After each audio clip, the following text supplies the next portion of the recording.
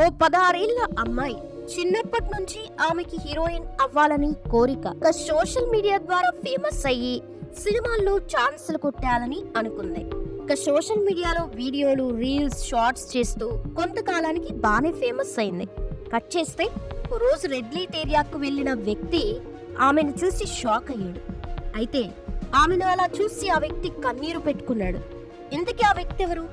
అమ్మాయి red light ఏరియాకు ఎందుకు వెళ్లాల్సి వచ్చింది? హీరోయిన్ అవ్వాలని అనుకున్న ఆమె రెడ్ లైట్ ఏరియాలో ఎందుకు ప్రత్యక్షమైంది? ఈ వీడియో చూస్తే ఖచ్చితంగా మీకు కూడా కన్నీళ్లాగో. వీడియో ఎక్కడ మిస్ అవ్వకుండా చూడండి. అమ్మాయి పేరు నీలిమ. వయస్సు 15 ఏళ్ళు. ఓ ప్రైవేట్ స్కూల్లో 10th చదువుతుంది. ఫాదర్ మిడిల్ క్లాస్ వ్యక్తి అయినా అమ్మాయి థింకింగ్ మాత్రం హై రేంజ్ లో ఉండేది. నీలిమకి డాన్స్, నటన అంటే పిచ్చిష్టం. ఒక్క సినిమా కూడా వదిలేదు కాదు. హీరోయిన్ కనిపించిన ప్రతి సీన్ లో తనని తాను ఊహించుకునేది. గ్లామర్ ఫీల్డ్ దున్నేయాలని ఊహించుకుంటూ ఉండేది. టిక్ టాక్ లో వీడియోలు, ఇన్స్టాగ్రామ్ లో రీల్స్, యూట్యూబ్ లో షార్ట్స్, ఇలా అన్ని సోషల్ మీడియాల్ని వదలకుండా దేంట్లోనూ ప్రతి దాంట్లో తన టాలెంట్ ఏంటో చూపించింది. అందమైన రూపం, మంచి అభినయం, అద్దరగొట్టే డాన్స్లు. అయినా మొదట్లో ఎవరు తన వీడియోలు చూసేవారు కాదు. తన అన్నయ్య ఆరుల్ భట్టాచార్య మాత్రం నీలిమను ఆట పట్టించేవాడు. ఎందుకు ఈ టైం పాస్ పనులు? ఈ సంవత్సరం 10th క్లాస్ బోర్డ్ ఎగ్జామ్స్ ఉన్నాయన్న సంగతి మర్చిపోయావా? ఈ పిచ్చి వీడియోలు పక్కన పెట్టి కాస్త చదువుపై దృష్టి పెట్టని నీలిమకి ఆరుల్ చెప్పేవాడు. కానీ నీలిమ వెనకడుగు వేయలేదు. వీడియోలు పోస్ట్ చేస్తూ ఉండేది. ఓ 1 నెల రోజుల తర్వాత మెల్లగా నీలిమ టాలెంట్ జనాలకి నచ్చడం మొదలైంది. తన కంటెంట్ కింద కామెంట్లు రావడం స్టార్ట్ అయ్యాయి. సూపర్ డూపర్ అదరహో అని అబ్బాయిలు చేసే కామెంట్లతో ఉబ్బి తబ్బిబ్బైపోయేది. ఇంతలోనే ఇన్స్టాగ్రామ్ లో తెలియని ఓ అకౌంట్ నుంచి మెసేజ్ రిక్వెస్ట్ వచ్చింది. ఆ రోజు నీలిమకి తెలియదు ఈ మెసేజ్ తన జీవితాన్ని అల్లకల్లోలం చేస్తుందని. ఎవరో నన్ను పొగట్టానికి మెసేజ్ చేస్తుంటారనే ఎక్సైట్మెంట్ లో చాలా ఉత్సాహంగా మెసేజ్ ఓపెన్ చేసింది. అంతే, ఆ మెసేజ్ చూసిన నీలిమ ప్రపంచాన్ని జయించినంత ఆనందంతో ఎగిరి గంతేసింది. హాయ్ నీలిమ, నువ్వు చేస్తున్న కంటెంట్ అద్భుతంగా ఉంది. నటన, డాన్స్ ఏదైనా చాలా పర్ఫెక్ట్ గా చేస్తున్నావు. నీకు మంచి ఆఫర్ ఇస్తున్నాను. మేము ఒక షార్ట్ ఫిలిం తీస్తున్నాం. అందులో లీడ్ యాక్ట్రెస్ గా మీరు సరిపోతారని భావిస్తున్నాం. ఒకవేళ ఈ షార్ట్ ఫిలిం హిట్ అయితే వెంటనే మెయిన్ స్ట్రీమ్ ఫీచర్ ఫిలిం తీస్తాం. మీకు నిజంగా నటనపై ఆసక్తి ఉంటే మీ రెమ్యునరేషన్, ఇతర అలవెన్సెస్ ల కోసం మా నుంచి ఎంత డబ్బు ఆశిస్తున్నారో రిప్లై ఇవ్వగలరని ఓ ప్రొడక్షన్ కంపెనీ పేరుతో నీలిమకి మెసేజ్ అయితే వచ్చింది. ఈ మెసేజ్ చూసినప్పటి నుంచి నీలిమకి కాళ్ళు చేతులు ఆడటం లేదు. ఎలా రిప్లై ఇవ్వాలి అని, ఏమని మాట్లాడాలని మధ్యలో ఎన్నో ప్రశ్నలు. కానీ వాటిని వ్యక్తపరిచే వయసు కానీ అనుభవం కానీ లేవు. పోనీ ఈ ఆఫర్ గురించి ఇంట్లో చెప్తామంటే వామ్మో ఇంకేమైనా ఉందా, నాన్న అన్నయ్య వద్దంటే వద్దని కరాఖండిగా చెప్పేస్తారు. ఇలా ఎన్నో ఆలోచనలతో ఆ మెసేజ్ కి రిప్లై ఇచ్చింది. హాయ్ సార్, మీ ఆఫర్ నాకు నచ్చింది. కాకపోతే నాకు కొన్ని కండిషన్స్ ఉన్నాయి.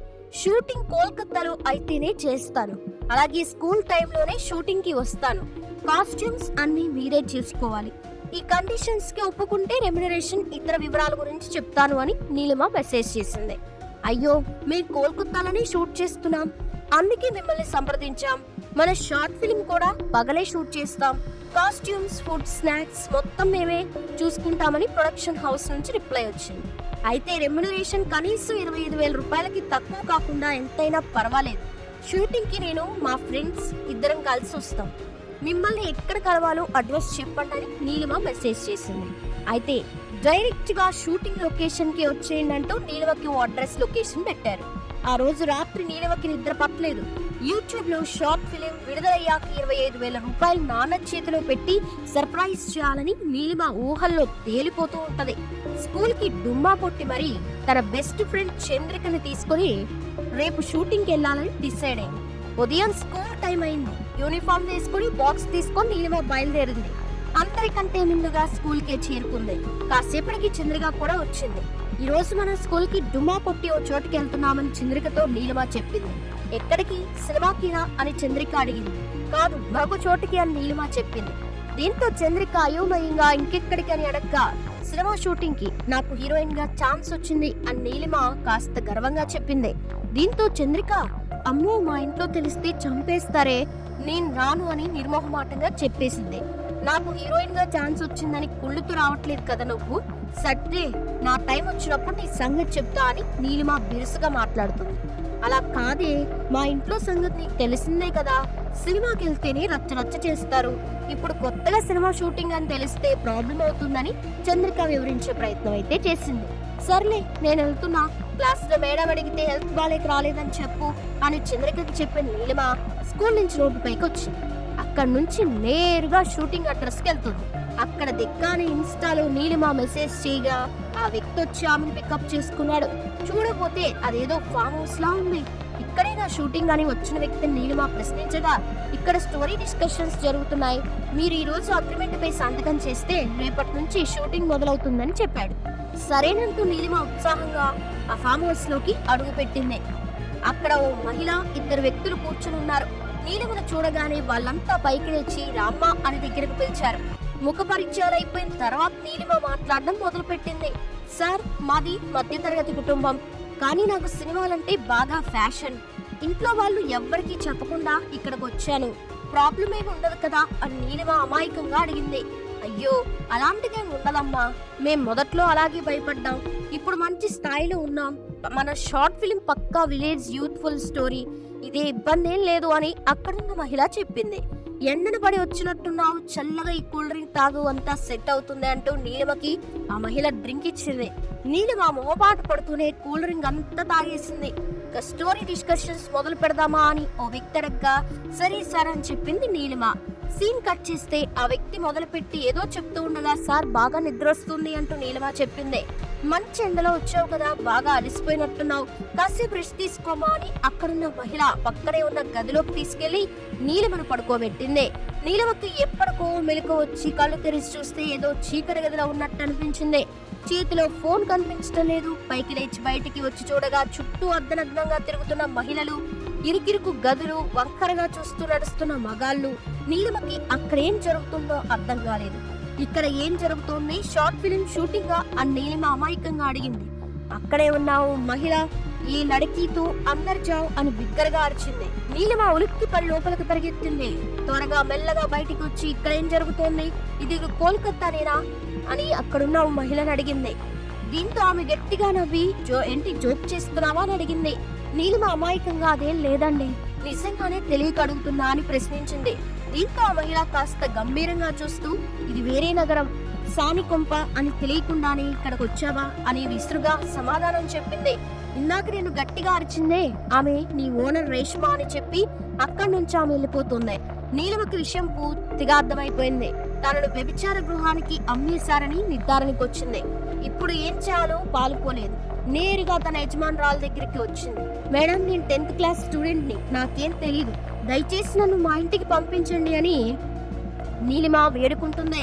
కోపంతో రగిలిపోయిన రేష్మ, నిన్ను 5 లక్షలకు కొనుక్కున్నా, దానికి 2 డబ్బు కట్టి ఇక్కడి నుంచి వెళ్ళిపో అని చెప్పింది.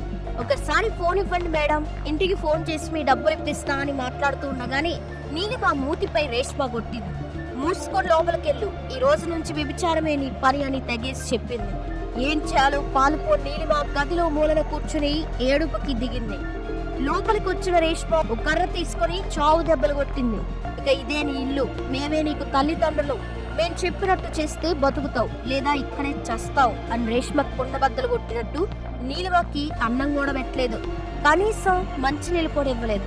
కొద్ది రోజులు భరించిన నీలిమ తర్వాత లొంగిపోయింది. కానీ ఎలాగైనా ఇక్కడ నుండి బయటపడాలని బలంగా నిర్ణయించుకుంది. మరోవైపు కోల్కతాలో ఉన్న నీలిమ తల్లిదండ్రులు అన్నయ్య ఏం జరిగిందో తెలియక తల్లడిల్లిపోయారు. క్లాస్ లో ఎంక్వైరీ చేస్తే ఆ రోజున అసలు క్లాస్ కి రాలేదని టీచర్లు చెప్పారు. నీలిమ బెస్ట్ ఫ్రెండ్ చంద్రికను అడగ్గా షార్ట్ ఫిలిం షూటింగ్ కోసం వెళ్ళిందని, ఇంతకు మించి తనకేం తెలియదని చెప్పింది. దీంతో నీలిమ తండ్రి అన్నయ్య కలిసి కోల్కతాలో ఉన్న సినిమా స్టూడియోలన్నీ తిరిగారు. స్థానికంగా షార్ట్ ఫిలిమ్స్ తీసే వారందరినీ సంప్రదించారు. కానీ ఎలాంటి ప్రయోజనం లేకుండా పోయింది. చివరికి ఆరుల్ పోలీసుల్ని సంప్రదించారు. తన చెల్లి తప్పిపోయిందని ఫిర్యాదు చేశారు. కేసు నమోదు చేసుకున్న పోలీసులు వెతికి పెడతామని చెప్పి ఆరుల్ని అక్కడి నుంచి పంపించి వేశారు. నీలిమ ఇంట్లో శ్మశాన నిశ్శబ్దం. ఏంటో ఏదో జరిగింది, ఏం జరగబోతుందో తెలియక అంతా షాక్ లో ఉన్నారు. చూస్తూ ఉండగానే 6 నెలలు గడిచిపోయాయి. పోలీసుల నుంచి ఎలాంటి సమాచారం లేదు. స్టేషన్ కి వెళ్లి అడిగితే వందల్లో మిస్సింగ్ కేసులు పెండింగ్ లో ఉన్నాయి. లవర్ తో లేచిపోయి ఉంటుందేమోలే అని నిర్లక్ష్యపు సమాధానాలు. పారుల్ విసిగిపోయి ఉన్నాడు. నీలిమ ఆచూకీ కోసం అడగని మనిషి లేడు, మొక్కని దేవుడు లేడు. మరో 10 రోజుల్లో రక్షాబంధన్ పండుగ. ఇంట్లో ఈ పండుగ వెరీ స్పెషల్. ఆరుల్ కి నీలిమ రాఖీ కట్టేటప్పుడు ఇంట్లో ఉండే ఆ సందడే వేరు. ఇంతలో ఆరుల్ కి అర్ధరాత్రి వేళ ఫోన్ కాల్ వచ్చింది. ఈ టైంలో ఎవరిని? ఆరుల్ ఫోన్ ఎత్తి హలో ఎవరని అడుగుబోతూ ఉండగానే అన్నయ్య జాగ్రత్తగా విను అనే మాటలు విని అమ్మా నీలిమ ఎక్కడున్నావమ్మా, నీ కోసం అమ్మా నాన్న బెంగపెట్టుకున్నారు అని ఆరుల్ చెప్తూ ఉండగానే ఇష్టనయ్య చెప్పేది జాగ్రత్తగా విను, నేను ప్రమాదంలో ఉన్నాను. ఎవరో నన్ను కిడ్నాప్ చేసి వేరొక సిటీలోని వ్యభిచార గృహానికి అమ్మేశారు. నేను ఇప్పుడు అక్కడే ఉన్నా అని మాట్లాడుతూ ఉండగానే కస్టమర్ లాక్కుని ఫోన్ కట్ చేశాడు. ఏంటి ఇంతసేపు మాట్లాడుతున్నావు? నేను నీకు ఫోన్ ఇచ్చిన సంగతి తెలిస్తే ఇద్దరికి ఎంత ప్రమాదమో తెలుసా అని నీలిమకి ఒక కస్టమర్ చివాట్లు పెట్టాడు. ఆ వ్యక్తి నీలిమపై మోస్తో రెగ్యులర్ గా వస్తూ ఉంటాడు. దీంతో కొంతకాలం తర్వాత నీలిమ అతడితో మాటలు కలిపింది. ఓ రోజు ఒక్క ఫోన్ చేసి ఇస్తానని అతన్ని బతిమిలాడి అన్నయ్యకి కాల్ చేసింది. చెల్లి నీలిమ నుంచి వచ్చిన ఫోన్ కాల్ తో ఆరుల్కి సంతోషపడాలో బాధపడాలో అర్థం కాలేదు. తన తోడబుట్టిన చెల్లి వేశ్యగృహంలో ఉందా? ఈ విషయం తలుచుకోవాలంటే ఆరుల్కి గుండెల్లో గుణపం దింపినట్టుంది. కానీ ఆరుల్ తాను సర్ది చెప్పుకున్నాడు. ఎలాగైనా ఆ నరక రూపం నుంచి తన చెల్లిని బయటికి తీసుకురావాలని నిర్ణయించుకున్నాడు. కానీ నీలిమ వ్యభిచార గృహంలో ఉందని చెప్తే తల్లిదండ్రుల గుండె పగిలిపోతుందని తెలుసు. అందుకే ఆరుల్ అసలు విషయం చెప్పలేదు. ఈ విషయం ఇక్కడ పోలీసులకి చెప్పినా అతి పెద్ద న్యూస్ అవుతుంది. తర్వాత తల్లిదండ్రులకి తెలుస్తుంది. అందుకే పోలీసులకు కూడా విషయం చెప్పలేదు. మరుసటి రోజు ఉదయాన్నే ఆరుల్ లగేజ్ తీసుకుని తల్లిదండ్రుల ముందు నిలబడ్డాడు. దీంతో వాళ్ళు ఆందోళనగా ఎక్కడికి బాబు అని అడిగారు. నీలిమ గురించి వచ్చిన ఇన్ఫర్మేషన్ దొరికింది, వెళ్లి చూసొస్తానని ఆరుల్ చెప్పాడు. ఆ తల్లిదండ్రులు కంటతడి పెడుతూ నువ్వు జాగ్రత్త బాబు, నాకుంది నువ్వు ఒక్కడవే, ఆ ఒక్క విషయం మనసులో పెట్టుకుని జాగ్రత్తగా ఉండని చెప్పారు. బరువెక్కిన హృదయంతో ఆరుల్ ఇంటి నుంచి నీలిమ ఉన్న సిటీకి బయలుదేరారు. దారిలోనే వేశ్య గృహంలో చిక్కుకొని ఉన్న వాళ్ళని విడిపించే ఎన్జిఓల గురించి గూగుల్లో సెర్చ్ చేశాడు. మరుసటి రోజు ఆ సిటీకి చేరాడు. తర్వాత నేరుగా ఒక ఎన్జిఓ కార్యాలయానికి వెళ్ళాడు. అక్కడున్న వాళ్ళకి జరిగిన విషయం మొత్తం చెప్పాడు. తన చెల్లి ఫోన్ చేస్తున్న నెంబర్ లొకేషన్ ని ట్రేస్ చేస్తే ఆ నగరంలోని ఒక రోడ్ లో ఉన్నట్టు తేలిందని ఆరుల్ చెప్పాడు. 16 ఏళ్ల మైనర్ బాలికైన తన చెల్లిని కాపాడడం కోసం మీ సాయం కావాలని కోరాడు. అయ్యో, ఆ రోడ్డు చాలా ప్రమాదకరమైన ప్రాంతం, అక్కడున్నవన్నీ వేశ్యవాటికలే అంటారు. సర్లే మీ చెల్లిని ఖచ్చితంగా కనిపెడతామని ఆ ఎన్జిఓ సభ్యుడు ఒకరు స్థాయిని చెప్పారు. ఆ సభ్యుడు ఆరుల్ని తీసుకుని మరో ఎన్జిఓ దగ్గరికి తీసుకెళ్లాడు. ఈ క్రమంలో ఆ ఎన్జిఓల సహకారంతో బాలిక ఆచూకీ కోసం పోలీసులు గాలింపు చేపట్టారు. ఆరుల్ వచ్చిన సమాచారంతో 2 రోజుల్లో 2 వ్యభిచార గృహాలపై పోలీసులు దాడి చేశారు. 2 వేశ్యవాటికలో నీలిమను కనిపెట్టారు. నీలిమను చూసిన ఆరుల్ దుఃఖంతో కుప్పకూలిపోయాడు. అన్నయ్యను చూసిన తర్వాత నీలిమ ప్రాణం తిరిగి లేచినట్టయింది. నీలిమను ఆ ఎన్జిఓ సభ్యుడు నేరుగా సిటీలోని సంక్షేమ కార్యాలయానికి తీసుకెళ్లారు. ఈ సందర్భంగా తనపై పలుమార్లు అత్యాచారం జరిగిందని నీలిమ తన వాంగ్మూలంలో పేర్కొంది. దీంతో ఈ కేసులో 2 అరెస్ట్ చేశారు. తన చెల్లి నీలిమను తీసుకుని ఆరుల్ నేరుగా ఇంటికెళ్లాడు. జరిగిన విషయం ఏమీ తల్లిదండ్రులకు చెప్పలేదు. నీలిమను ఎవరో కిడ్నాప్ చేసి ఇంటి పనులు చేపించుకున్నారని ఆరుల్ చెప్పాడు. కూతురుని చూసిన తల్లిదండ్రుల ముఖాల్లో ఆనందం వెల్లివిరిసింది. కానీ ఆ చీకటి రోజులు మాత్రం నీలిమను జీవితాంతం వెంటాడాయి. చూశారుగా ఫ్రెండ్స్, ఇలా జరుగుతూ ఉంటాయి. మీరు చాలా జాగ్రత్తగా ఉండాలి. ఇప్పుడున్న యువత అమ్మాయిలు చాలా జాగ్రత్తగా ఉండాలి. సోషల్ మీడియాలో చాలా జాగ్రత్తగా ఉండాలి, లేదంటే ఇలాంటివి జరిగే ప్రమాదం చాలా ఉంది. కాబట్టి ఈ వీడియో చూసి కొంచెమైనా తెలుసుకుంటారని ఇలా చెప్పడం జరిగింది. వీడియోపై మీ కామెంట్స్ ని మాకు తెలియచేయండి. ఇలాంటి మరెన్నో ఇంట్రెస్టింగ్ వీడియోస్ కోసం ఛానల్ ని ఫాలో అయ్యి సబ్స్క్రైబ్ చేసుకోండి. వీడియో నచ్చితే లైక్ చేయండి, షేర్ చేయండి. Thanks for watching.